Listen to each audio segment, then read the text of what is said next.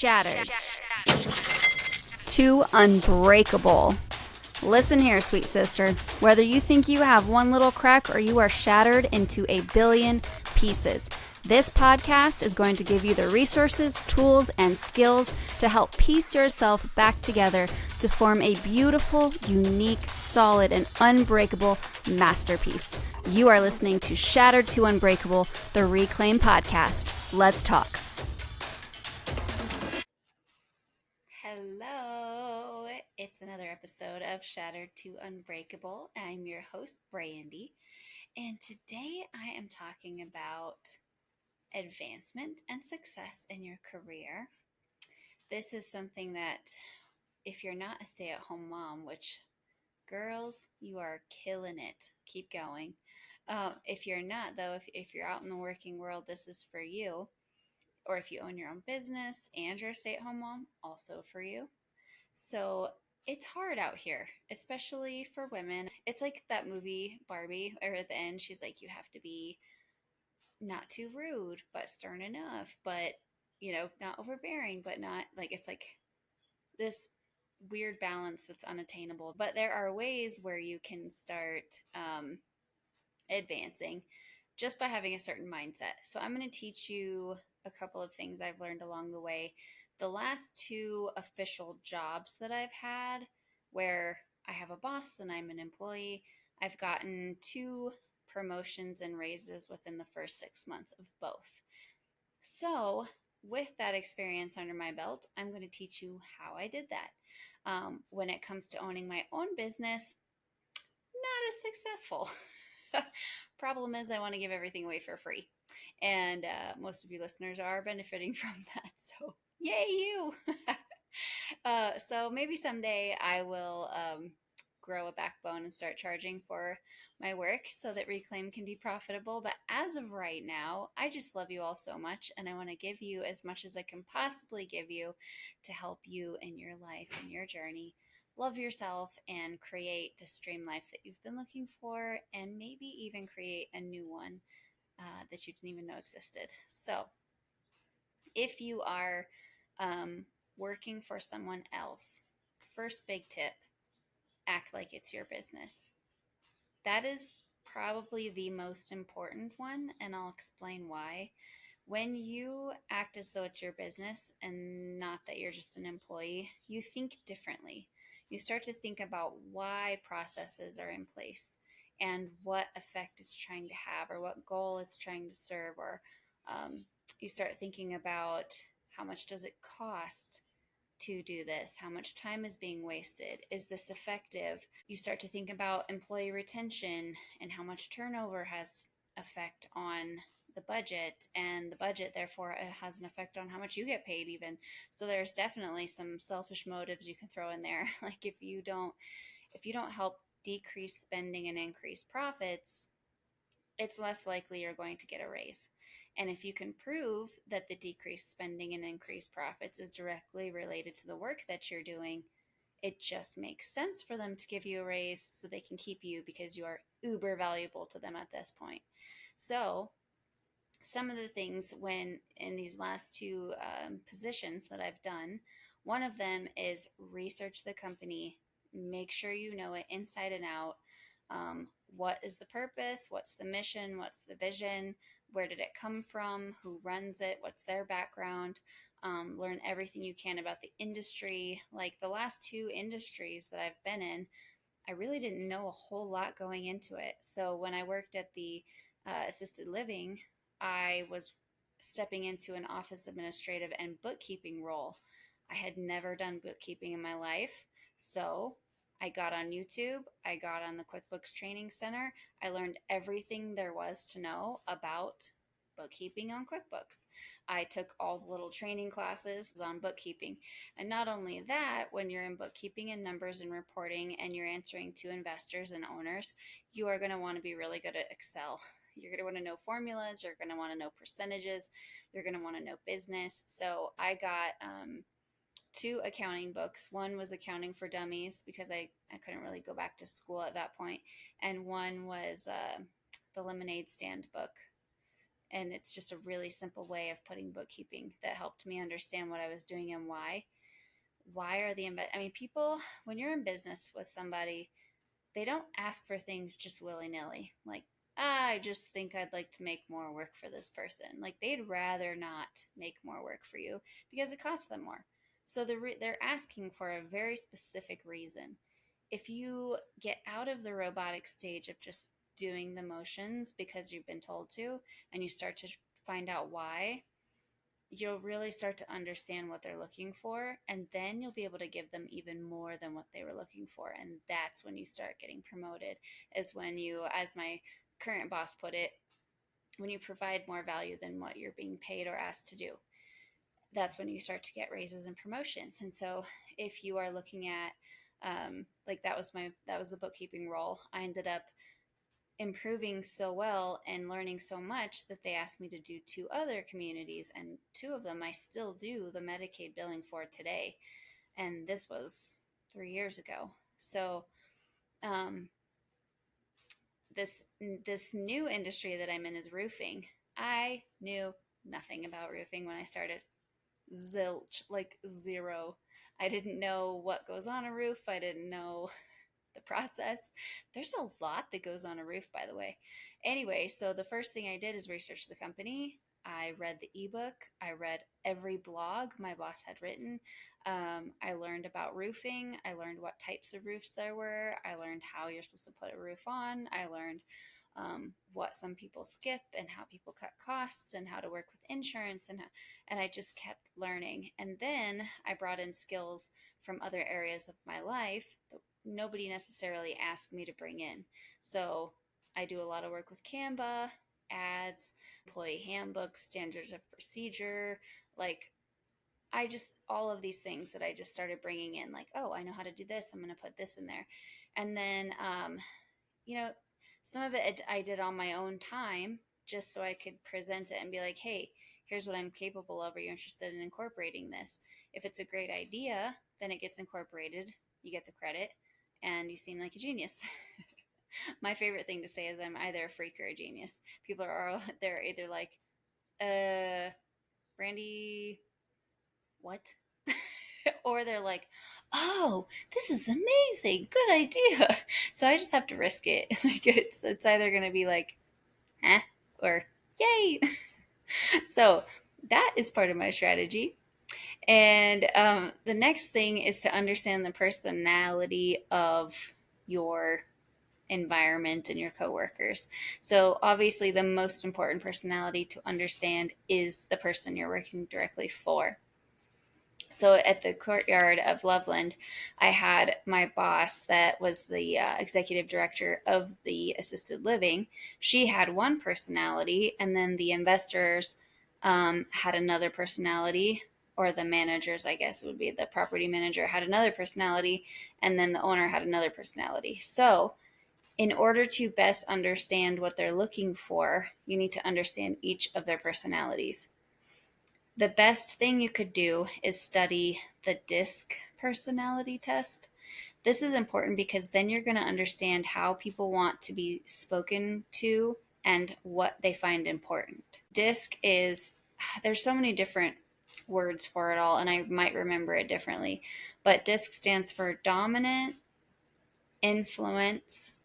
I say safety and compliance. Now it's support and caring, I think. So, and the way that my favorite way to understand how to tell who's who is if you ask them to tell you about themselves. So it's like, hey, tell me about yourself. And you can do this with your boss. It doesn't have to sound condescending. If you guys are just chatting, you can be like, so tell me about you. If they start listing accolades and achievements and certificates and degrees and things that they've accomplished in life, that's the more dominant personality. If they start talking about, or if they say, well, what do you want to know? That's more the support personality. They're asking because they want to be more compliant. Usually that personality is not in the leadership role of like CEO or executive director. And then you have the influence. Those people will just tell you everything. everything. It'll usually be in story form. It'll usually be about their family and where they grew up and what they like to do on the weekends. That's more influence. And that's like a belonging, a love and belonging, and they want to make everybody feel good. Those people can be in leadership. You're usually going to find the D and the I in leadership. And then the C is more caring. So if you ask a C, tell me about yourself, uh, they'll tell you about their family and about the kind of person that they are, but it'll be very short, and they'll probably ask you to tell them about you also. They'll want to know your story. And so that's more caring and compliant. They just want to please everybody. So if you're looking at interacting with those people, usually like the three people that I mentioned were all in the D or the I category.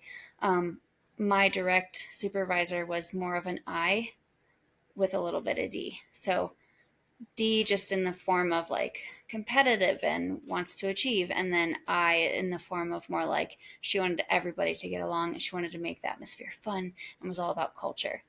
And so that was really fun to work for.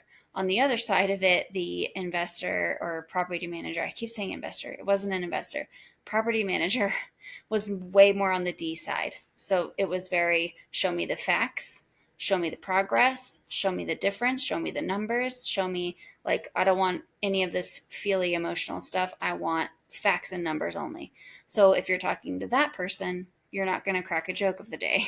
You're just going to be like, hey, here's the increase in profits over the last quarter. Here's what I did to get there. We decreased spending in this area and this area. We increased profits in this area and this area. This has an overall change of, or delta, if you want to sound really smart, of this. And if we keep it up for the rest of the year, minus Christmas, because there's obviously higher spending on the holidays, this is what you're going to profit over the year. And they want to hear, if you want to give your people a raise, they don't care. They want to see how you're going to support that raise. Sure, you can give your people a raise, but how are you going to pay for it?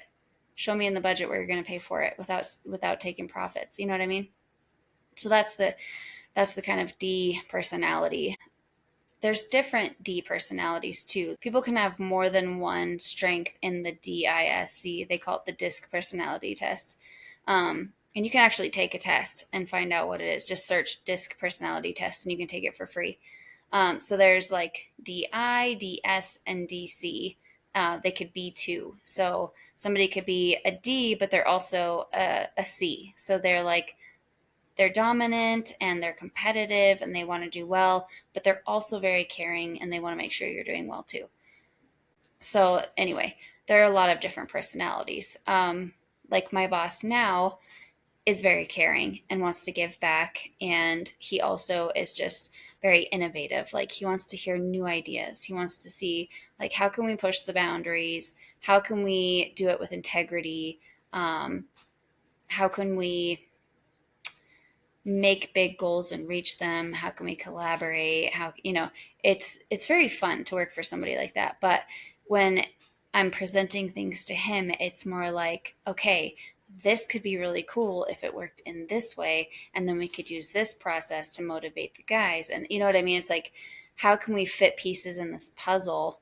And the way that I know how to give him ideas for puzzle pieces is to look at his business as if it was my business. If this were my business, I would want to have more leads, change the value of the customer so that each customer actually adds more value to the business than it does now. So, how can I make each roof more profitable? Referrals, rewards programs, motivating sales reps, more communication, finding out what people want to know about roofs, why they go with other roofers. And then there's the things that I really care about. If I was the business owner, like training, that's something I really care about is the employees, make sure they're trained properly. That's how you retain employees. That's how you keep mistakes down. So I'm thinking about it as an entrepreneur, like, okay, if this was my roofing business, I would want the best sales reps in the industry. And then how would I have the best sales reps? Well, they'd be trained really well. And they would continue being motivated every week. There would be healthy competition. There would be stellar prizes. You know what I mean? So it's just fun to come up with those types of things. And then there's the daily grind. which you're always going to have, but try to find something fun in your career where you're like, okay, if this was my business, how could we make it stand out, be super unique, be full of integrity, have a solid mission that drives every decision, and just rock it, and just be like, everyone's like, have you seen that new company? They're killing it. And the third piece of being successful in your career is obviously taking care of yourself and keeping your to do list on point. The problem with to do lists is that different things work for different people. My boss keeps track of his to do list through emails. So he has his own sometimes he'll send himself an email just so he'll get it done. So he files his emails into different files in Gmail. And if the email is still up, that means the task is not complete. If the email is filed away, it means it is. I have a different way of doing it. I like to have my tasks spelled out in a spreadsheet. I'm a spreadsheet nerd, so I love spreadsheets for everything.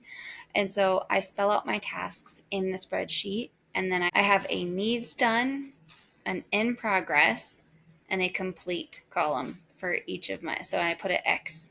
So that way I know what hasn't even been started yet, but it's anytime I get anybody that's like, hey, can you? I put it straight on that to do list on my Excel spreadsheet. And then anything that is hasn't even been started yet says needs done. There's an X by it in that column. And then anything I have started but I'm kind of stalled on or I'm waiting for something is an in progress. And or if I just need to remember where I was, because man, if you have phones at work, it is so easy to get distracted, is it not? Like, oh my goodness, I get so upset with the phones, but it's so good because it means leads, right? It's leads coming in, so I can't be too upset. But if I'm in the middle of something, I hate to be interrupted by distractions. Anyway, so I need an in progress to let me know where I was before the distraction. And then we have the done list when it's complete. And so each week I make a new list and then I carry over the things from last week. That way it's not this endless list of things. I also don't delete what's done. That's why I make new weeks. Because if anybody asks, like, hey, Brandy, it doesn't seem like you've been working very hard. And I'm like, well, would you like to see my to do list? And then I have like this running tab of what I've been doing. So there is that. I don't really have to worry about that in this job, but there have been jobs in the past where people are mean. And it would have been nice to have that, and I didn't have it. So now I protect myself. CYA. Something I would like to point out is that you can actually have what Darren Hardy calls jam sessions. They're magical. Speaking of distractions, if you can chat with your boss and say, hey, especially if they seem really flustered and like they're getting distracted a lot, you should be like, hey, I was listening to this Shattered to Unbreakable podcast the other day, and she mentioned jam sessions. So Darren Hardy came up with this. He is the author of The Compound Effect and The Entrepreneur Roller Coaster, and he's got all kinds of fun things on being successful. And so he calls them jam sessions. It could be 30 minutes, it could be 60 minutes. I think he might even do 90 minutes. But what happens is you tell your boss or you tell your coworkers, hey, I'm going into a jam session. You put your phone away, you put your emails away, unless that's what you're working on, but you just work on that one project for 30 minutes uninterrupted, or an hour uninterrupted, or 90 minutes uninterrupted. That means nobody can come ask you a question. You don't take any phone calls. You don't check your emails. Like I said, unless that's what you're working on. Sometimes you need a jam session just to clean up your email list. That happens a lot at our office. Anyway, so, but introducing these things that help you to your boss or your coworkers, also makes you very valuable at work. So keep learning, keep reading self development books, keep trying to find ways to either raise the value of every customer, meaning they spend more money when they're your customer, or they provide referrals, which bring in leads. And then you can start focusing, if you're in that, I guess, area, on how to be more efficient in your position. So where can we cut costs, but it doesn't cut quality, and it doesn't cut service, and it doesn't cut culture. So you've got to be careful with that, because some areas spending more money is good. Advertising is good for leads. Employee retention is good if you want to spend money on employee retention, like gifts for employees or bonuses or commissions, things like that. Those are good things to spend money on. And then also have regular meetings with your boss. Like just say, hey, can we have like a once a month check-in for like 10 minutes? Make it seem really like, that's not much of your time. It's not going to, because if they had everyone asking for an hour every week, right, it's going to get overwhelming for your boss. But say, hey, can we check in? And then keep little lists of like, hey, so here are my tasks and projects I've been working on. What do you feel like is top priority for you? Or what do you think I just need to let go of altogether? Or is there anything you'd like to add to this list that I'm not working on now that you really wish I was? And keep checking in, because you might not even realize they're waiting for you to do something.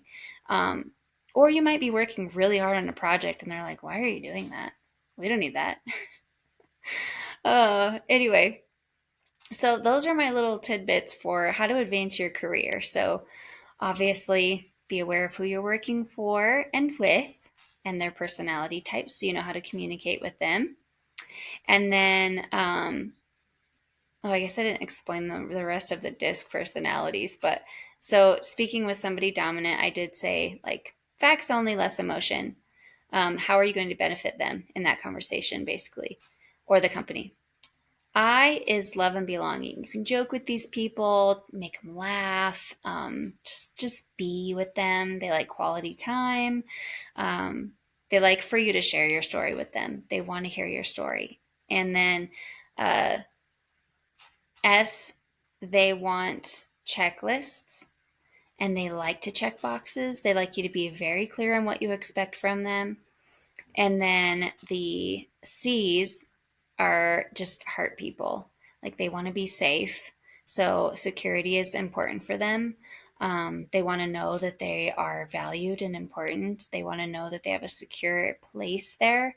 So affirmation is important. Let them know that how they're doing and give them clear expectations as well. If you really want to learn to communicate well with people at work, get the book, How to Win Friends and Influence People. I guarantee you will not regret reading that book. It's good for every area of life by Dale Carnegie. It's timeless.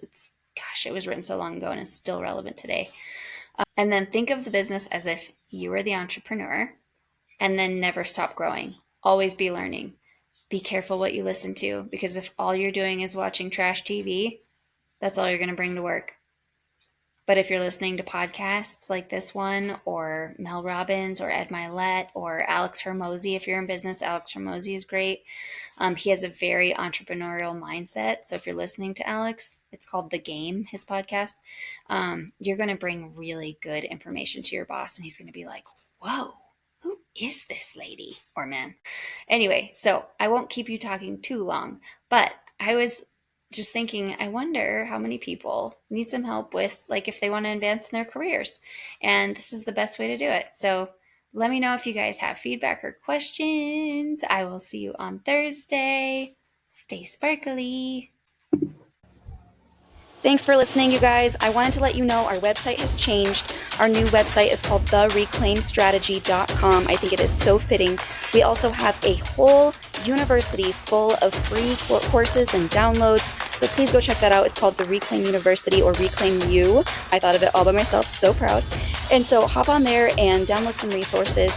Also, I would love for you to share this podcast. The more women we can get in front of, the more women we can save, and the more children we can affect. I love you guys. Stay sparkly. I'll see you next week.